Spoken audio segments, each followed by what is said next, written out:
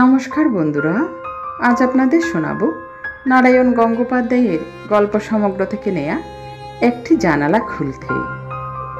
ঘুম থেকে উঠে ঘনশ্যাম ঘড়ুই আবিষ্কার করল জানালাটা খোলা যাচ্ছে না।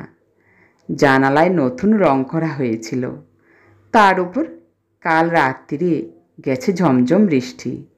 সেই বৃষ্টিতে জানালার কাঠ ফেঁপে উঠেছে তার কাঁচা রং, স্রেফ বজ্র আটুনি যাকে বলে। প্রথমে জয়গুরু বলে ছিটকিনি ধরে টানতে লাগলো, কিছুই হলো না। তারপর জয় মা কালী বলে দাঁত মুখ খিচিয়ে হেঁচকা মারতে লাগলো। ফল যথাপূর্বং। লাভের ভেতর পাকাটির মতো আঙুলগুলো খটখট করতে লাগলো। হাতের তেলও লাল হয়ে ফোসকা পড়বার জো হলো। গা দিয়ে কালঘাম ছুটে বেরুলো। হাল ছেড়ে দিয়ে কিছুক্ষণ বসে বসে হাঁপাতে লাগলো ঘনশ্যাম। আচ্ছা পেঁচে পড়া গেল এই সকালবেলায়, অথচ ঘরে এই একটি মাত্র জানালা। খুলতে না পারলে আলো বাতাস সব বন্ধ, তাই আবার বাইরে থমথমে মেঘ জমাট বেঁধে আছে। বাড়িটা দোতলা। ঘনশ্যাম ঘড়ুই ঝোলা গুড় আর চিটে গুড়ের কারবারি। একতলায় তার দোকান গুদাম এইসব, দোতলায় এই একটি ঘর, তাতে তার শয়ন পর্ব চলে।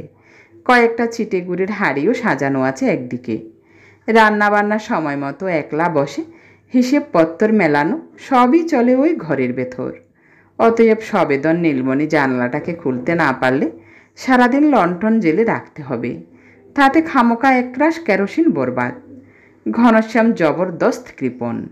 স্ত্রী নেই, খুব সম্ভব কিপটিমির জ্বালায় সে বেচারা না খেয়ে মরেছে। একটা মাত্র জোয়ান ছেলে, সে বাড়ি ছেড়ে পালিয়ে যোগ দিয়েছে মিলিটারিতে। সেজন্য ঘনশ্যামের কোনো দুঃখ নেই, অনেক খরচা বেঁচে গেছে। স্বস্তির নিঃশ্বাস ফেলেছে সে।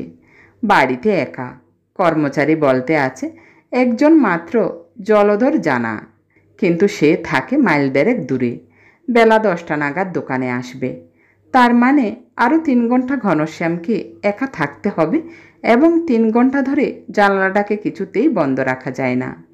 কাজে বাধ্য হয়ে পালোয়ান মতো কাউকে ডাকা দরকার। একটা কুলি টুলি হলেই সুবিধা, কিন্তু যাকেই ডাকা যায় কম করে অন্তত 4 আনা পয়সাও তাকে বকশিস দিতে হবে। ভাবতেই ঘনশ্যামের মন খারাপ হয়ে গেল। গুটি গুটি বেজার মুখে রাস্তায় বেরুলো ঘনশ্যাম।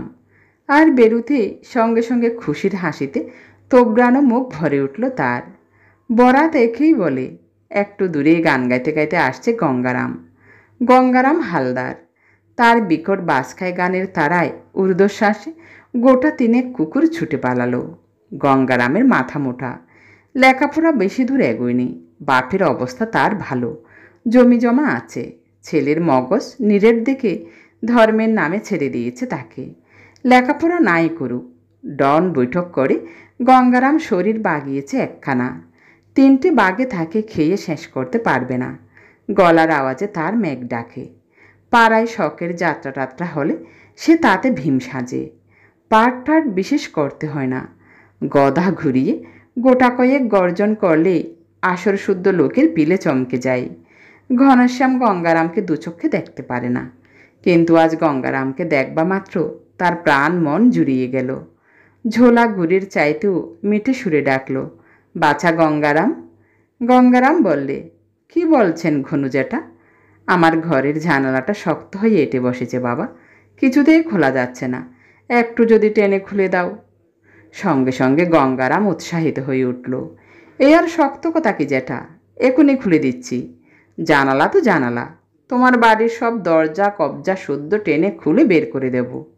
না না না, ঘনশ্যাম আটকে উঠল, দরজা টরজা সব ঠিক আছে, তোমায় কিছু করতে হবে না, শুধু জানালাটা খুলে দিলেই হবে। এ তো 1 মিনিটের কাজ, চলুন। কিন্তু দেখা গেল জানালা অত সহজে খুলবার পাত্র নয়। দাঁত কিরমির করে মারও জোয়ান হেইও বলে ডাকাত পরা হাঁক ছেড়ে 15 মিনিট সব রকম কসরত করে গঙ্গারামও ঘুলকেয়ে গেল। জপাত করে বসে পড়ল মেজের উপর, ফোঁস করে হাঁপাতে লাগলো। অনেক জানালা দেখেছি মশাই, কিন্তু এমন বিদঘুটে বিচ্ছিরি জানালা তো কখনো দেখিনি। বাবা গঙ্গারাম, তুমিও পারলে না? ঘনশ্যাম কাঁদো কাঁদো হয়ে গেল। তাহলে কি ও জানলাটা আর কোনোদিন খোলা যাবে না?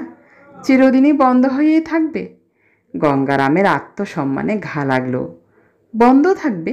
থাকলেই হলো, ইয়ার কি নাকি? জানালা না খুলে যদি আর বাড়ি ফিরি তাহলে আমার নাম গঙ্গারামই নয়। গঙ্গারামই গো গো করতে লাগলো। তারপর মিনিট খানেক চোখ পাকিয়ে জানালার দিকে তাকিয়ে থেকে বলল, আচ্ছা এবার অ্যাগেন, বলে কাঠের চেয়ারটা হরহরিয়ে টেনে নিয়ে গেল। বললে, জানালার মাথার দিকটা হাতে পাচ্ছি না, ওইখানেই আটকে আছে মনে হচ্ছে, এবার মাথাটা ধরে টেনে দেখব। চেয়ারের উপর ব্যস্ত হয়ে দাঁড়াতেই খঠাং বাপস বলে চেঁচিয়ে উঠল গঙ্গারাম। ব্যাপার আর কিছুই নয়, জানালার ঠিক ওপরেই দেয়ালগুড়ি, তার তলার দিকের ফুলো অংশটা গঙ্গারামের মাথায় লেগেছে। এমন বাজে জায়গায় ঘড়ি রাখেন আঙ্কেল, পছন্দ নেই আপনার? মাথায় হাত বুলিয়ে গঙ্গারাম বললে, আমার চাঁদে একেবারে ফুটো করে দিয়েছে, নিন ধরুন। কি ধরতে বলেছে সেটা বোঝবার আগেই কেলেঙ্কারি ঘটে গেল একটা। গঙ্গারাম পত্রপাট উপড়ে আনলো ঘড়িটাকে, আর ঘনশ্যাম হা হা করে উঠবার আগে ধাই করে পড়ে গেল মেঝেতে। ঝনঝনাত আওয়াজ তুলে ঘড়ির 12টা বাজল। ঘনশ্যাম আর্তনাদ করে উঠল, এ কী করলি ওর হতবাগা, এ কী করলি? 40 বছরের পুরনো বাবার আমলের এমন জাপানি ঘড়িটা। আপনাকে ধরতে বললুম, ধরলেন না কেন? গঙ্গারাম বিকট গলায় ধমক দিলে, নিজের দোষে ঘুরে গেছে আপনার, এমন বেয়ারা জায়গায় ওটাকে রাখলেনি বা কেন? এখন বেশি চেঁচামেচি করবেন না, কাজ করতে দিন। হায় হায় এমন ঘড়িটা। শাট আপ, গঙ্গারাম হুঙ্কার করল, ডিস্টার্ব করবেন না বলে দিচ্ছি। হুঙ্কার শুনে ঘনশ্যাম থমকে গেল। গঙ্গারাম তখন জানালার মাথাটা ধরে দারুণভাবে টানাটানি করছে। চেয়ারটা মরমর করে উঠল। করুণ গলায় ঘনশ্যাম বললে, বাবা গঙ্গারাম, আমি বলছিলাম জানালা খোলবার দরকার নেই, ওটা বরং বন্ধই থাক। তুমি তো বিস্তর পরিশ্রম করলে, এবার বাড়ি যাও। বাড়ি যাব? জানালা না খুলেই? চেয়ার থেকে নেমে পড়ে গঙ্গারাম বললে, সে পাত্র আমাকে পাওনি, এবার আমি বুদ্ধি পেয়ে গেছি, পেছন থেকে ধাক্কা দিলেই জানালা খুলে যাবে। কিন্তু দোতলার জানালা যে, ধাক্কা দেবে আকাশ থেকে নাকি? আকাশ থেকে কেন, মইয়ে চেপে? মই? মই আমি কোথায় পাবো? মই আছে, ওপাশে রামকানাই কাকার বাড়িতে, নিয়ে আসছি। রামকানাই? ঘনশ্যাম বিষম খেল। রামকানাইয়ের সঙ্গে আমার যে 2 বছর মুখ দেখা দেখি বন্ধ, দারুণ ঝগড়া, কখনো মই দেবে না। দেয় কিনা দেখছি বলে গঙ্গারাম টুক করে একটা পেতলের ঘটি তুলে নিয়ে বললে, এটে জামিন রেখে নিয়ে আসবো। আহা, করছো কি? অনেক দাম ও ঘটিটার। ও হে, ও গঙ্গারাম। আর গঙ্গারাম 3 লাফে ঘর থেকে বেরিয়ে গেল। সে যাবার সময় বলে গেল, ঘরটা ততক্ষণে সাফ করে ফেলুন আপনি, বিস্তর ভাঙা কাজ, পায়ে ফুটলে মারা পড়বেন। ঘর সাফ করা মাথায় রইল। ঘনশ্যামও ছুটে বেরোলো পিছনে, কিন্তু গঙ্গারামকে ঠেকায় কার সাধ্যি? ঠিক 3 মিনিটের মধ্যেই ঘটি জামিন রেখে সে মই নিয়ে এলো রামকানাইয়ের কাছ থেকে। কাতর স্বরে ঘনশ্যাম বললে, দোহায় বাবা গঙ্গারাম, জানালা যেমন আছে থাক, তুমি মই ফেরত দিয়ে আমার ঘটি নিয়ে এসো। আনবক্ষণ, ঘটি তো পালাচ্ছে না, আপনি একটু চুপ করে থাকুন না গনু জ্যাঠা, দেখুন না আমি। কথাটা শেষ হলো না, তার আগেই মচ মচ মরাত। দেওয়ালে মই রেখে উঠতে চেষ্টা করছিল গঙ্গারাম, সামলে নিলে কোনো মতে। মই গেল। ঘনশ্যাম গগন বেঁধে হাহার করে উঠল, তাহলে আমার ঘটিটা?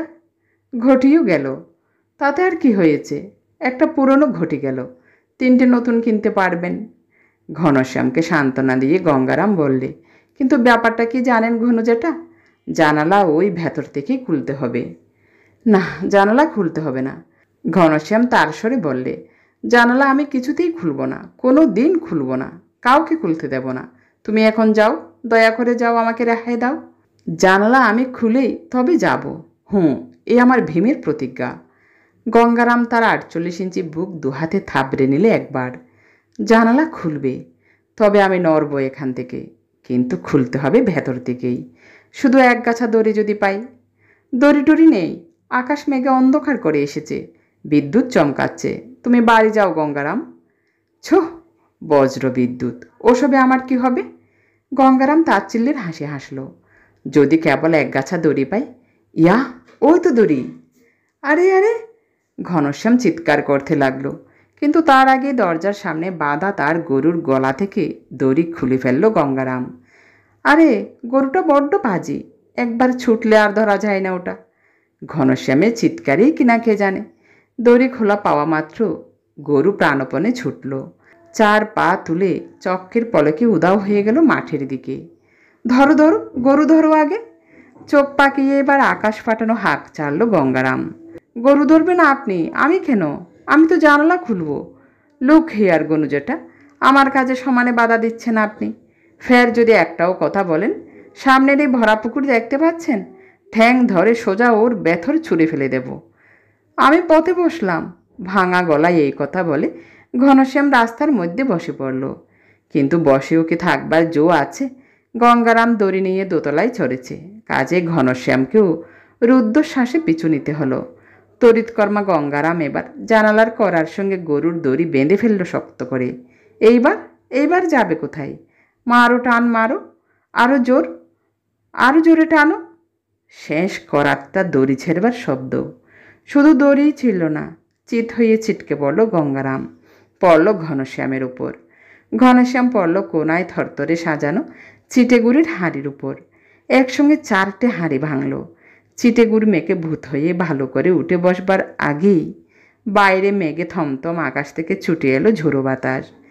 এলো বোধ হয় 100 মাইল স্পিডে।